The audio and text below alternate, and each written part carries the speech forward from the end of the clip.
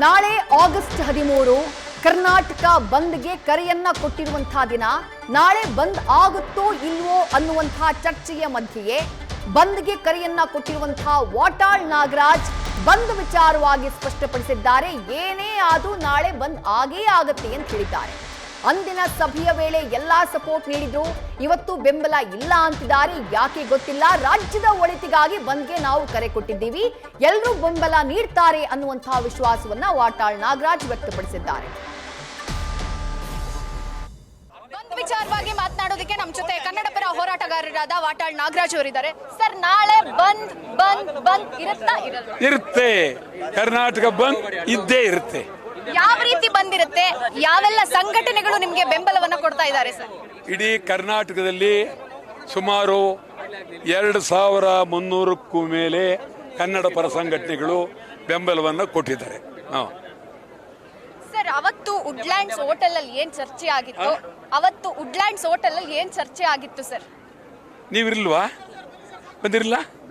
ಸಾಕು, ನಿಮಗೆ ಗೊತ್ತಲ್ಲ, ನಾನು ಹೇಳ್ಬಾರ್ದು. ನಿಮಗೆ ಗೊತ್ತು. ನಾನು ಹೇಳಿದ್ರೆ ಏನೋ ಹೇಳಿದ್ರು ಅಂತ. ಅವ್ರೇನು ಹೇಳಿದ್ರು ಹೇಳಿ? ಅವತ್ತು ಮುಗೀತು. ಇವತ್ತಾಗ ಬಂದು ಇಂತ ಕಥೆ. ಸರ್, ಅಷ್ಟು ದಿನದಲ್ಲ ಏನಾಯ್ತು? ಅವತ್ತು ಬಂದ್ಗೆ ಬೆಂಬಲ ಅಂದವರು ಇವತ್ತು ಕೇವಲ ನೈತಿಕ ಬೆಂಬಲ. ಅವತ್ತು ನಾನು ಅವ್ರನ್ನ ನೋಡಿದ್ದು, ಇವತ್ತಿನವರೆಗೂ ನೋಡಿಲ್ಲ. ಸರ್, ನಾಳೆ ಎಷ್ಟೊತ್ತಿಂದ ಎಷ್ಟೊತ್ತವರೆಗೂ ಬಂದ್ ಮಾಡ್ತೀರಾ? ಎಲ್ಲಿಂದ ಶುರು ಮಾಡ್ತೀರಾ? ನಾಳೆ ಬೆಳಿಗ್ಗೆ ನಮ್ಮ ಮನೆಯಿಂದ ನಾವು KR ಕುಮಾರ್ ಗೌಡ್ ನಾವೆಲ್ಲ ಹೊರಡ್ತೀವಿ. ಅಲ್ಲಿಂದ ಮಂಜುನಾಥ್ ದೇವ್ ನಾವೆಲ್ಲ ಹೊರಡ್ತೀವಿ. ನಾವು ಹೊರಡುವಾಗ ಗಂಭೀರವಾಗಿ ಬಿಟ್ಟರೆ ಇಲ್ಲಿಗೆ ಬರ್ತೀವಿ. ಇಲ್ಲಿಂದ ಶುರು ಆಗತ್ತೆ. ಸರ್, ಕೆಲವೊಂದು ಸಂಘಟನೆಗಳು ಹೇಳ್ತಾ ಇವೆ ಈಗ ಬಂದ್ ಮಾಡೋ ಅವಶ್ಯಕತೆ ಇಲ್ಲ, ಪ್ರತಿಭಟನೆ ಮಾಡ್ಲಿ, ಯಾಕಂದ್ರೆ ಇನ್ನೂ ಕೂಡ ಎಷ್ಟು ಜನ ಹೇಳಿರ್ಬೋದು ನಿಮಗೆ? ಸುಮಾರು ಎಷ್ಟು ಜನ ಹೇಳಿರ್ಬೋದು? ಇಬ್ಬರ? ನಮಗೆ 2 ಕೋಟಿ ಜನ ಬೆಂಬಲ ಕೊಟ್ಟವ್ರೆ. 2 ಕೋಟಿ, ಸಾವಿರ ಅಲ್ಲ, 2 ಕೋಟಿ, ಲಕ್ಷ ಅಲ್ಲ, 2 ಕೋಟಿ ಸಾಮಾಜಿಕ ಜಾಲತಾಣದಲ್ಲಿ ಬೆಂಬಲ ಕೊಟ್ಟಿದ್ದಾರೆ.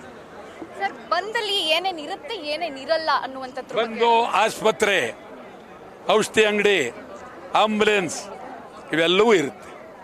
ಈಗ CM DK ಶಿವಕುಮಾರ್ ಅವರು ಕೂಡ ಮನವಿ ಮಾಡಿದ್ದಾರೆ, ಬಂದ್ ಮಾಡೋದು ಬೇಡ, ಕೂತ್ಕೊಂಡು ಚರ್ಚೆ ಮಾಡೋಣ ಅಂತ.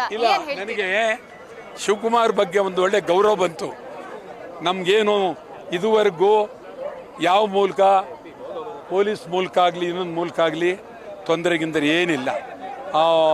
ಭಾಳ ಗಂಭೀರವಾಗಿ ನಡ್ಕೊಂಡಿದ್ದಾರೆ.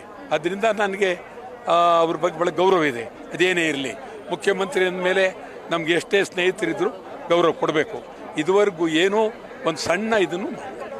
ಸರ್, ಕೆಲವೊಂದಿಷ್ಟು ಸಂಘಟನೆಗಳು ನೈತಿಕ ಬೆಂಬಲ ಘೋಷಣೆ ಮಾಡ್ತಾ ಇರೋದ್ರಿಂದ, ನೈತಿಕ ಬೆಂಬಲ ಘೋಷಣೆ ಮಾಡೋದ್ರಿಂದ ಎಲ್ಲೋ ಒಂದ್ ಕಡೆ ಒಂದು ಮೆಸೇಜ್ ಪಾಸ್ ಆಗಲ್ವಾ ಸರ್? ಈಗ ಒಗ್ಗಟ್ಟಿಲ್ಲ ಅನ್ನುವಂತ ಮೆಸೇಜ್ ಪಾಸ್ ಆಗುತ್ತಲ್ವಾ ಸರ್? ಈಗ ತಮಗೆ ಪಾಪ ಆ ನೈತಿಕ ಬೆಂಬಲ ಅನ್ನೋದು ಇದೆಯಲ್ಲ, ಅಂಥ ಅನಾಗರಿಕವಾದ ಪದ ಅದು. ಯಾತಕ್ಕೆ ಬೇಕು ನಿಮ್ಮ ನೈತಿಕ ಬೆಂಬಲ? ಕೊಡಲೇಬೇಡಿ ನೀವು. ನಿಮ್ಮ ಬೆಂಬಲವೇ ಬೇಡ, ಗೊತ್ತಾಯ್ತಾ? ನೇರವಾಗಿ ಬರ್ತೀರಾ, ಬನ್ನಿ. ನೈತಿಕ ಬೆಂಬಲ ಬೇಡವೇ ಬೇಡ.